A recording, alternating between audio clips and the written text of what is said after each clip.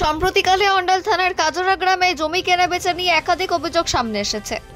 জাল নথি বানিয়ে একজনের জমি অন্যজনকে বিক্রি করে দেওয়া হচ্ছে বলে অভিযোগ। শুক্রবার বিষয়টি নিয়ে এলাকায় নতুন করে শুরু হয় উত্তেজনা। ঘটনা সূত্রে জানা গেছে, এদিন কাজরা মোজায় একটি জমির ওপর নির্মাণ কাজ চলছিল।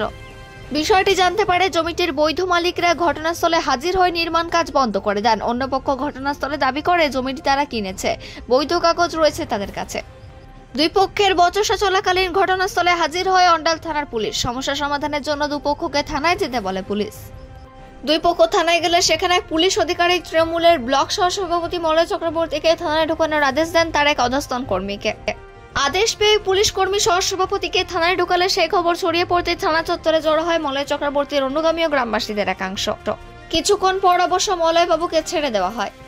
অন্যায়ের প্রতিবাদ করতেই হেনস্থা বলে অভিযোগ তৃণমূল পঞ্চায়েত সদস্য তথা ব্লক সহসভাপতি মলয় চক্রবর্তীর। ব্যাপক উত্তেজনা দুর্গাপুরের অন্ডাল থানা চত্বরে। থানায় ঢুকে গিয়ে তুমুল বিক্ষোভ তৃণমূল কর্মীদের। ঘটনার প্রসঙ্গে শুভম চক্রবর্তী নামে এক ব্যক্তি জানান, কাজরা মৌজায় তাদের একটি শরিকি দেবত্ব সম্পত্তি রয়েছে। এটি আগে ছিল দুর্গাদাসী দেবী পান্ডার নামে। দুর্গাদাসী দেবীর মৃত্যুর পর বর্তমানে জমিটির উত্তরাধিকারী তারা। গত 16/11/2024 তারিখে নজরে আসে তাদের জমিটি অন্য ব্যক্তিদের নামে রেকর্ড হয়ে গেছে। শুভম বাবু জানান, আজ লক্ষ্য করি আমাদের জমিটিতে অন্য ব্যক্তিরা নির্মাণ কাজ করছে। কাজ বন্ধ রাখার কথা বললে তারা দাবি করে জমিটি নাকি তারা কিনেছে। নথি জাল করে জমি মাফিয়ারাই কাজ করছে বলে অভিযোগ করেন শুভম বাবু। অন্ডাল থেকে অজিত মিশ্রা, রিপোর্ট নিউজে।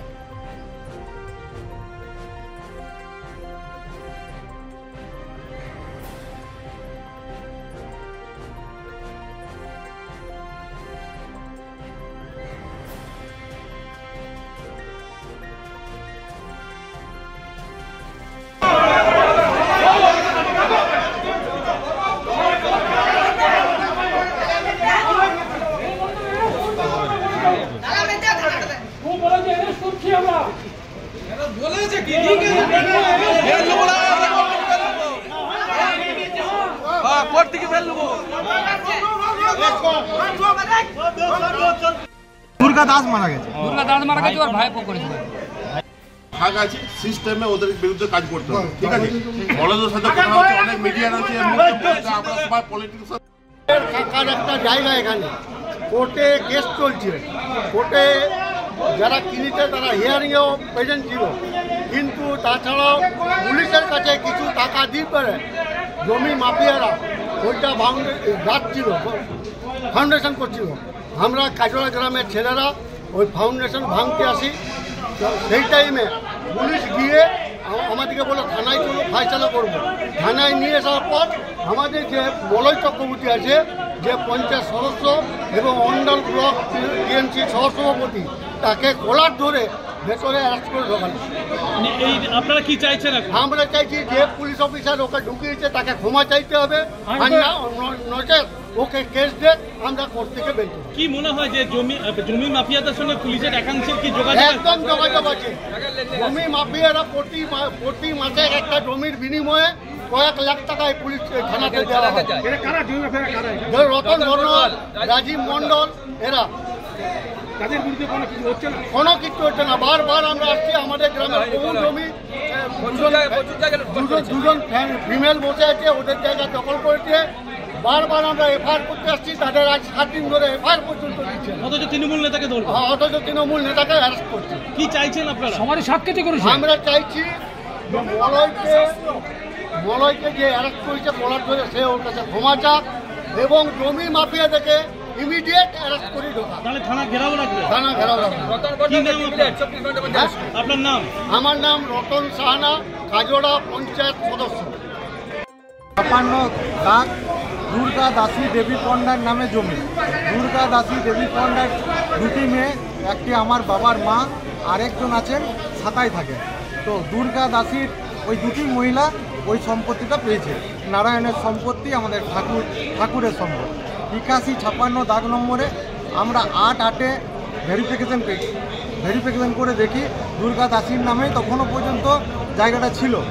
16/11/2024 আমরা আবার সার্চ করি, দেখি রঞ্জন কুমার বর্ণওয়াল মানে রতন আর ওর মেয়ে গ্রেসি বর্ণওয়াল আর এই যে এখন বাড়ি করছে তার নামে জায়গাগুলো হয়ে গেছে।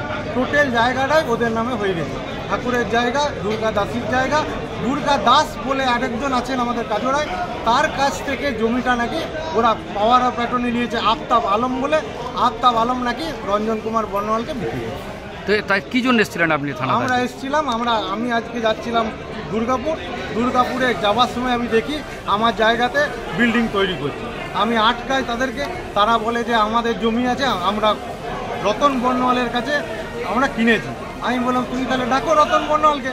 রতন বর্ণওয়ালের তো জায়গা নয়, এটা দুর্গা দাসীর জায়গা, আমার নিজস্ব অধিকার, আমার জায়গায় তুমি কেন ঘর করবে? ওরা গালিগালাজ করে। আমি তখন আবার কাজরাত থেকে আরও এক দুজনকে ডাকি যে কাজটা বন্ধ করো। বলছি এই কেসে কি মলয় চক্রবর্তী যিনি আপনার দাদা হয়, ওকে কি অ্যারেস্ট করেছিল না আটক করেছিল? হ্যাঁ, ওকে ও বলতে এলো, বড়বাবুর সঙ্গে দেখা করতে এলো। ওইখানে একটা থানা গাড়ি গেছিল, থানা গাড়ি বলে এলো যে ওইখানে চলুন। তো দাদা আমার এলো, বললো কথা, তারপরে আবার ওকে বলছে আপনার নামে আছে কমপ্লেন। ওই মহিলারা নাকি মলয়দার নামে আর আমার নামে নাকি কমপ্লেন করেছে। ও কোমরে ধাক্কা দিয়ে ভেতরে ঢুকে নিতে। কী চাইছেন এখন? আমরা চাইছি আমার জমি যেন আমি আমার নামেই পাই, আর কি চাইব। আপনারা কমপ্লেন করবে? 3টে দাগ আছে, 80, 68, 80, 53, 81, 56। 3টে শতক মিলে 14 শতক, 9 শতক আর 2 শতক, প্রায় 1 বিঘার মতো জায়গা। কি নাম আপনার? আমার শুভম চক্রবর্তী। ছিল সে হয়তো আমি চিনতে পারিনি, নতুন এসছে। আর দ্বিতীয়ত যে মহিলারা জায়গা কিনেছিল বা কাজ করতে গেছিল, তারা একটা ভুল ভেবে পড়ে গেছিল যে তাদেরকে যে ফ্রড করা হচ্ছে তারা সেটা বুঝতে পারে। কারা ফ্রড করেছে? ফ্রড করেছে, পাওয়ার নিয়েছিল রতন বান্নোয়া ওদেরকে দিয়েছে। আর দুর্গাদাসী পণ্যার নামে জায়গা একজন ফিমেল দুর্গা পাওয়ার নিয়েছে দুর্গা দাস পণ্যার নামে। দুর্গা দাস এইরকম একটা সাজানো কেস, যারা ছিল তারাও বুঝতে পেরেছে যে তারা থানা এসে কাগজপত্র থেকে বুঝতে পেরেছে একটা ফ্রড হয়েছে। এইরকম জায়গাতে একটা মিসআন্ডারস্ট্যান্ডিং হয়েছে, প্রশাসনও সেটা বুঝতে পেরেছে।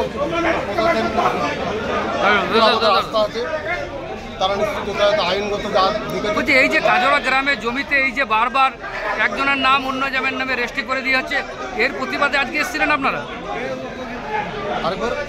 বলছি এই যে কাজরার বিভিন্ন জায়গায় জমি যে দেখা যাচ্ছে এর নামে একই নাম থাকাকালীনে অন্য নাম দিয়ে রেজিস্ট্রি করে দিয়েছে, এটা একটা বৃহত্তর ষড়যন্ত্র। যারা এই কাজগুলো করছে, রতন বান্নোয়াল বা রাজীব মন্ডল, তারা কিন্তু আইনের ফাঁকে কিন্তু সাইডে রয়ে গেছে। আমি প্রশাসনকে বলবো